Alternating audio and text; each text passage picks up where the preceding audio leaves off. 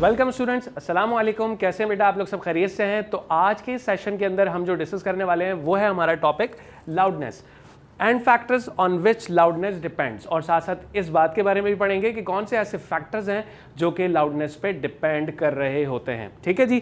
अच्छा, चलिए सबसे पहले हम एग्जैक्टली शुरू करेंगे लाउडनेस की डेफिनेशन से।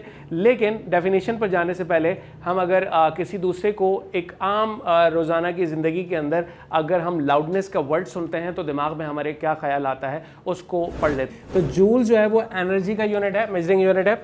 तो joules per second per unit area, ये आपके पास इंटेंसिटी कहलाती है। यानी साउंड की जो भी इंटेंसिटी होगी उसकी उसमें जो साउंड की एनर्जी में जो ट्रांसफर ऑफ एनर्जी होगी इसकी, वो कहलाती है इंटेंसिटी। ठीक है जी। अच्छा चलो, बहुत अच्छे से क्लियर हो गया होगा क्योंकि हमने प्रैक्टिकली इसकी एग्जाम्पल को लेकर डिस्कस कर लिया, शायद इसी वजह से आप लोगों को समझ में आया होगा। राइट, चले। अच्छा, अब इसमें एक और बात जो आपकी नॉलेज के लिए बहुत अहम है, जो आपको पता होनी चाहिए कि यार अगर हमारे पास हमें कोई साउंड सुनाई देता है, वो साउंड की रेंज कितनी है। जो एक नॉर्मल ह्यूमन को जो है ऑडिटरी या आप क्या कहोगे ऑडिटरी सेंसेशन कैपेबिलिटी होती है उसकी, तो वो तकरीबन मैक्सिमम साउंड की क्या होती है 10 एक्सपोनेंशियल -12। ठीक है जी, ये रेंज होनी चाहिए फ्रीक्वेंसी की। ठीक है, अगर फ्रीक्वेंसी के साउंड का जो भी साउंड प्रोड्यूस हो रहा है, जो भी साउंड कहीं से अगर प्रोड्यूस हो रहा है जो आपको सुनाई दे रहा है, तो याद रखो उसकी फ्रीक्वेंसी की रेंज कितनी है। एक्सपोनेंट साउंड जो सुनाई देता है वो तकरीबन होता है वो आपके पास 10 एक्सपोनेंट पावर 7 कहलाता है। ठीक है, इन दोनों रेंज को अपने नॉलेज के लिए रखेगा क्योंकि पता होना चाहिए MCQs में भी इस तरह की चीज़ें पूछी जाती हैं। ठीक है जी। तो आज हमने यहाँ पर तक जो कंप्लीट किया वो किया लाउडनेस, और साथ साथ हमने इंटेंसिटी को डिस्कस कर लिया। थोड़ी ऐसी कनेक्टेड वीडियोस के साथ हमने इस पे फैक्टर्स ऑफ लाउडनेस को भी डिस्कस करना है। तो देख लेते हैं factors on which loudness depends, किन किन फैक्टर्स पे जो है वो लाउडनेस डिपेंड कर रही होती है। कैरेक्टरिस्टिक्स या factors on which the loudness depends, ये क्या बेसिक फैक्टर्स होते हैं जिन पर लाउडनेस डिपेंड कर रही होती है। उसमें से 3 फैक्टर्स तो मैंने यहाँ पर लिखवा दिए हैं और इसके बाद फिर हम मजीद और 3 फैक्टर्स को डिस्कस करेंगे। पहले ये 3 फैक्टर्स क्या होते हैं उनको समझते हैं। Amplitude of vibrating body, area of vibrating body, और साथ साथ distance between sounding body and the listener. इनकी डेफिनेशन और साथ साथ इनके जो हेडलाइन के साथ जो भी आपके पास हेडिंग है उसके साथ हम इनकी डेफिनेशन को डिस्कस करते हैं ताकि और डिटेल्ड कॉन्सेप्ट इसका क्लियर हो सके। एम्पलीट्यूड ऑफ वाइब्रेटिंग बॉडी का मतलब क्या होगा? Loudness increases with the increase in amplitude of vibrating body. ये बात तो हम इस सेशन के स्टार्ट में डिस्कस कर चुके थे कि याद रखो लाउडनेस हमेशा एक ऐसा साउंड है जिसका एम्पलीट्यूड, जिसकी फ्रीक्वेंसी मैक्सिमम होगी। और वाइब्रेटिंग बॉडी का मतलब ये हुआ कि जहाँ जिस बॉडीज़ या जिस ऑब्जेक्ट्स को यूज़ करके आप बेसिकली लाउड साउंड प्रोड्यूस करा रहे हो उनका एम्पलीट्यूड ज़्यादा होगा। या आप कहो कि एक जो कि लॉन्गिट्यूडनल वेव है, जो कॉम्प्रेशन या साउंड वेव है, उसके जो पार्टिकल्स हैं वो वाइब्रेट करेंगे। ठीक है, और वो उनकी vibration in loudness increases, loudness बढ़ती चली जाएगी जब उनका एम्पलीट्यूड बढ़ेगा ऑफ वाइब्रेटिंग बॉडी का। ठीक है जी। अच्छा, उसके बाद जो हमारे पास सेकंड फैक्टर आता है वो क्या है? Area of vibrating body. Loudness increases with the increase in area of vibrating body. Vibrating body का अगर क्रॉस सेक्शनल या जो भी हमारा स्पेसिफिक एरिया है वाइब्रेटिंग बॉडी का, अगर एरिया बढ़ा दोगे तो भी लाउडनेस बढ़ जाएगी। कौन कौन से फैक्टर्स पे डिपेंड कर रही है? देखो, यहाँ पर भी डायरेक्ट रिलेशन था और यहाँ पर भी डायरेक्ट रिलेशन है, क्योंकि लाउडनेस इंक्रीज होती है with the increase in amplitude. तो ये आपके पास एक डायरेक्ट रिलेशन हो गया, दोनों चीजें साथ साथ बढ़ जाएंगी। एम्पलीट्यूड बढ़ाओगे तो लाउडनेस बढ़ जाएगी। ठीक इसी तरह अगर आपने एरिया बढ़ा दिया, लाउडनेस तो भी इंक्रीज हो जाएगी। Loudness increases with the increase in area of vibrating body. ये बहुत अहम बात हो गई कि यहाँ पर भी डायरेक्ट रिलेशन होता है एरिया ऑफ वाइब्रेटिंग बॉडी के साथ। फिर उसके बाद आखिर में क्या चीज़ है? Distance between sounding body and the listener. यानी जो ऑब्जेक्ट या जो बॉडी जो है साउंड प्रोड्यूस कर रही है और जो लिसनर है सुनने वाला। मैं एग्जाम्पल के तौर पे ले लेता हूँ, आपके कहीं करीब से कोई एम्बुलेंस गुजरती है और वो साउंड प्रोड्यूस कर रही है, तो वो क्या हो जाएगा? वो आपके पास वाइब्रेटिंग बॉडी हो गई या वो आपके पास साउंड प्रोड्यूसर बॉडी हो गई। ठीक है, अब उससे जो साउंड प्रोड्यूस होगा और लिसनर जहां खड़ा होकर वो साउंड को सुनेगा, इनके दरमियान कितना डिस्टेंस है ये भी डिपेंड करता है लाउडनेस पर।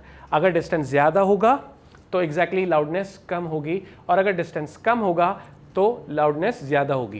एम्बुलेंस हमारे करीब होगी तो उसका साउंड मुझे ज़्यादा सुनाई देगा, क्योंकि उसका एम्पलीट्यूड जो है वो हमें मैक्सिमम है, और वो करीब होने की वजह से उनके दरमियान डिस्टेंस कम हो गया लिसनर और ऑब्जर्वर के दरमियान, इसलिए साउंड ज़्यादा सुनाई दे रहा है। ठीक इसी तरह अगर कोई एम्बुलेंस हमसे दूर है तो हमें आवाज़ तो सुनाई देगी लेकिन बहुत कम देगी, क्योंकि अब डिस्टेंस बढ़ गया लिसनर और ऑब्जर्वर, लिसनर और साउंड प्रोड्यूसर ऑब्जेक्ट के दरमियान। ठीक है जी, बस इन याद रखियो कि distance between sounding body and listener, इनके दरमियान जो रिलेशन होता है ये इन्वर्सली प्रोपोर्शनल होता है। डिस्टेंस बढ़ेगा साउंड या लाउडनेस कम होगी, और अगर डिस्टेंस कम होगा तो लाउडनेस बढ़ जाएगी। ठीक है जी, ये जो है इन्वर्स रिलेशन है। Loudness decreases with the increase in the distance. ठीक है जी, ये अहम बात है, बस इनको दिमाग में रखो बेटा कि किसके साथ लाउडनेस का डायरेक्ट रिलेशन है और किसके साथ इन्वर्स रिलेशन है। फिर उसके बाद आपको याद करने की भी जरूरत नहीं पड़ेगी, क्योंकि बहुत अच्छे से इसका कॉन्सेप्ट क्लियर हो जाएगा, तो इन वर्ड्स खुद लिख सकते हो आप लोग। ठीक है जी, चलिए अब बेटा फोर्थ फैक्टर क्या होता है जो लाउडनेस पे डिपेंड करता है, वो है हमारे पास डेंसिटी ऑफ द मीडियम। यानी जिस मीडियम में साउंड ट्रैवल कर रहा है, प्रोपेगेट कर रहा है, उस मीडियम की डेंसिटी क्या होगी उस पर डिपेंड करेगा। आपके साउंड की जो लाउडनेस होगी वो डिपेंड कर रही होगी आपके मीडियम पर। ठीक है जी, loudness increases with the increase in the density of the medium. अगर मीडियम में डेंसिटी या मीडियम की डेंसिटी ज़्यादा होगी तो वहाँ पर आपको साउंड की लाउडनेस जो है वो क्या डायरेक्ट रिलेशन है एग्जैक्टली। देखिए दोनों चीज़ें साथ साथ इंक्रीज हो रही हैं, लाउडनेस भी इंक्रीज हो रही है with the increase in the density of the medium. इसका मतलब ये हुआ कि अगर जो है डेंसिटी मीडियम की ज़्यादा है तो लाउडनेस भी बढ़ जाएगी। ये असल जो इसमें समझने की चीज़ होती है वो ये होती है कि इनके दरमियान जो रिलेशन है बेटा वो डायरेक्ट रिलेशन होता है with the increase in density, with the increase इन, इसको यहाँ से हम कनेक्ट कर लेते हैं with the increase in density. क्या हुआ, लाउडनेस इंक्रीज हो जाएगी with the increase in density. अगर मीडियम की डेंसिटी ज़्यादा होगी तो लाउडनेस भी बढ़ जाएगी। और लाउडनेस क्या है, एक ऐसा साउंड जिसकी मैक्सिमम एम्पलीट्यूड या जिसका मैक्सिमम फ्रीक्वेंसी होगी। अच्छा, उसके बाद अब हमारे पास जो फिफ्थ फैक्टर है जो लाउडनेस पे डिपेंड कर रहा होता है वो है wind direction. Loudness increase along the direction of wind and decrease against the direction of wind. यानी अगर हवा की डायरेक्शन और जो आपके साउंड की लाउडनेस है उसकी डायरेक्शन डिफरेंट अगेंस्ट हुई, दोनों ऑपोजिटली एक्ट करेंगे तो लाउडनेस जो है वो डिक्रीज हो जाएगी। और अगर दोनों सेम डायरेक्शन पर एक्ट कर रहे होंगे तो लाउडनेस जो है वो इंक्रीज हो जाएगी। या इस तरह समझ लो बेटा, यहाँ समझ लेते, देखिए मैं इस तरह यहाँ पर दो डायग्राम आपको बनाकर दिखा देता हूँ। ये दोनों एरो हेड मैंने लिख दिया, एक जगह मैंने लिख दिया साउंड लाउडनेस, ठीक है, और एक जगह मैंने यहाँ लिख दिया कि विंड डायरेक्शन, विंड डायरेक्शन। तो गौर करें इस पे, दोनों पैरेलल सेम डायरेक्शन पर हैं, तो यहाँ लाउडनेस जो होगी वो मैक्सिमम होगी, यानी लाउडनेस पे किसी किस्म का कोई फर्क नहीं पड़ेगा, जो भी उसका एम्पलीट्यूड या जो भी उसकी फ्रीक्वेंसी है वो मैक्सिमम रहेगी। लेकिन अगर ऐसा हो जाए कि विंड डायरेक्शन जो है वो ऑपोजिट हो जाए और लाउडनेस जो यानी साउंड के जो लाउडनेस की डायरेक्शन है वो दोनों एक दूसरे के ऑपोजिटली एक्ट करें, तो अब क्या होगा, विंड के लिए मैं यहाँ पर W लिख रहा हूँ, ठीक है, विंड डायरेक्शन WD, ठीक है, और जो लाउडनेस की डायरेक्शन है वो सेम ऊपर की तरफ जैसे पहले थी। अब क्या होगा, दोनों अपोजिटली एक्ट कर रहे हैं। जब अपोजिटली एक्ट करते हैं तो क्या होता है, हवा या जो विंड है वो रुकावट बनेगी साउंड के लाउडनेस के लिए, तो इस तरह से हमारे पास यहाँ जो लाउडनेस होगी वो हमें कम महसूस होगी, कम सुनाई देगी, तो मिनिमम रहेगी। यहाँ पर लाउडनेस जो है वो यहाँ पर क्या रहेगी बेटा, मिनिमम रहेगी। ठीक है जी, ये अहम पॉइंट था। ये जो 5 फैक्टर्स हमने आज के इस सेशन के अंदर लाउडनेस के डिस्कस किए और साथ हमने लाउडनेस के बेसिक कॉन्सेप्ट को भी समझा। तो बेटे आप आज हम अपने इस सेशन को यहीं पर इख्तिताम करते हैं। इंशाल्लाह नेक्स्ट सेशन के अंदर इसी चैप्टर से कनेक्टेड नेक्स्ट टॉपिक क्या होगा उस पर बात करेंगे। तब तक के लिए अपना बहुत सारा ख्याल रखिएगा। अल्लाह हाफ़िज़।